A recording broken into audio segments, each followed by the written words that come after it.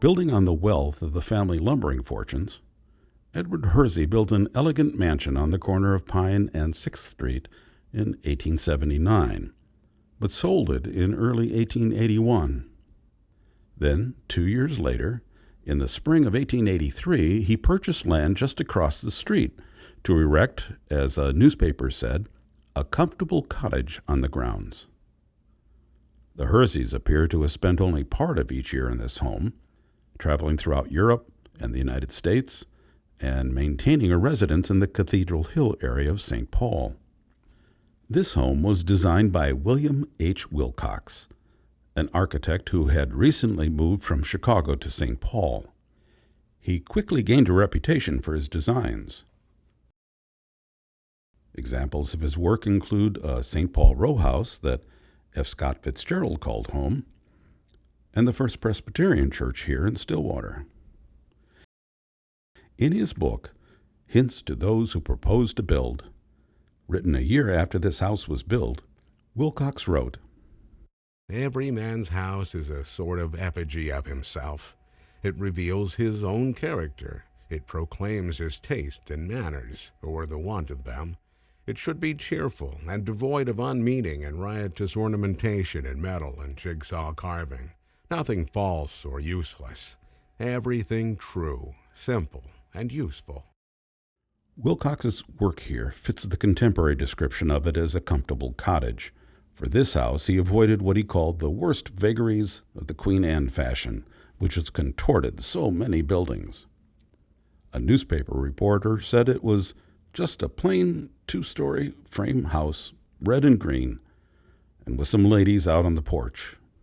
Its look suggests the new shingle style that was especially popular in New England at the time. The style blended together elements of the stick, the Queen Anne, and colonial revival. The term shingle style didn't come into use until 3/4 of a century later, but architects of that era employed the same basic principles, emphasizing horizontal lines rather than the dramatic vertical thrust seen in something like the Bean Mansion across the street.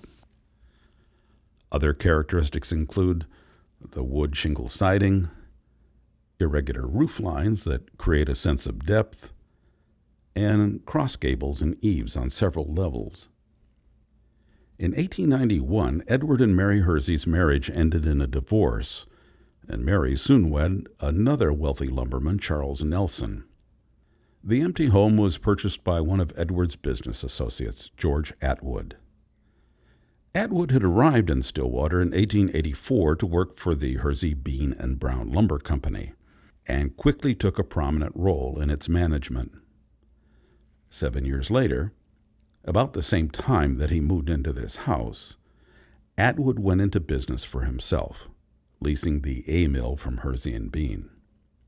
Within a few years, he transformed the industry when he brought logs to the mill by rail instead of by river. One of the St. Croix Valley's last great lumbermen, Atwood continued to expand his empire in the early years of the 20th century. If a home reveals the character of its owner, as William Willcox argued, then we can know a great deal about George Atwood because of his magnificent gymnasium. The Atwoods erected this gymnasium on the property in the 1890s, said to have housed every mechanical device known to athletics, as well as a bowling alley and an observatory. The space included a museum and taxidermy workshop. In 1909, a National Gymnastics magazine described it. "The most pretentious, most beautiful recreation house in the world is buried away in the hamlet of Stillwater, Minnesota. The finest gymnasium, barring none on either hemisphere, has been erected here by George Atwood, the great Northwestern lumber king. Those fortunate enough to have gained admission to this palace have gone away wild with enthusiasm for what they saw, while Stillwater residents simply tap their foreheads at Atwood's folly." Following George's death in 1938, his amazing collection was sold, and his widow tore down the gymnasium. Fortunately for us, Atwood's home stands as a reminder of the era of the great lumberman of Stillwater.